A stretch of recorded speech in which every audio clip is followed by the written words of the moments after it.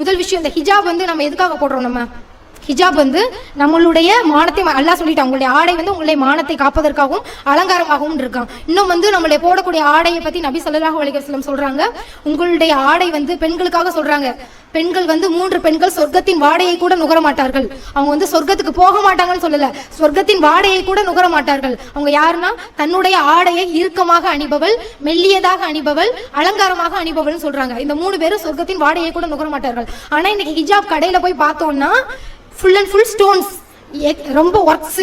ஏன்னா அதை தான் போடுறேன். ஏன்னா ஒரு ஃபங்க்ஷனுக்கு, ஒரு மேரேஜ் ஃபங்க்ஷனுக்கு எங்கே போனாலும் நல்லா ஒர்க் வச்சு, நார்மலாக மற்ற இடத்துக்கு போனால் சிம்பிளாக பழைய புர்கா போட்டுக்கலாம். ஒரு மேரேஜ் ஃபங்க்ஷனுக்கு போனால் கிராண்டாக போகணும். ஆனால் புர்கா போடுறது அந்த நோக்கத்தையே நம்ம மறந்துட்டோம். புர்கா போடுறதே மற்றவங்கள கவரக்கூடாது, நம்மளும் பாவத்தின் பக்கம் போகக்கூடாது, மற்றவங்களையும் பாவத்தின் பக்கம் இழுக்கக்கூடாதுங்கிறதுக்காக தான் நம்ம இந்த புர்கா போடுறோம். ஆனால் அதை மறந்து போயிட்டு ஃபுல்லாக பிளாக்ல போட்டால் அது நல்லா இல்லை, சுத்தமா நல்லா இல்லை. கொஞ்சம் ஸ்டோன்ஸ் வச்சிருந்தா நல்லா இருந்திருக்கும், கையில மட்டும் கொஞ்சம் ஸ்டோன்ஸ் இருக்கட்டும், இல்ல அங்கங்க இந்த மஃப்தால டிசைன்ஸ் இருக்கட்டும், அப்படி இப்படின்னு சொல்லிட்டு நம்ம வந்து டிசைன்ஸ் பார்த்து போட்டுக்கிட்டு இருக்கோம். ஆனா அது அலங்காரம் தான்.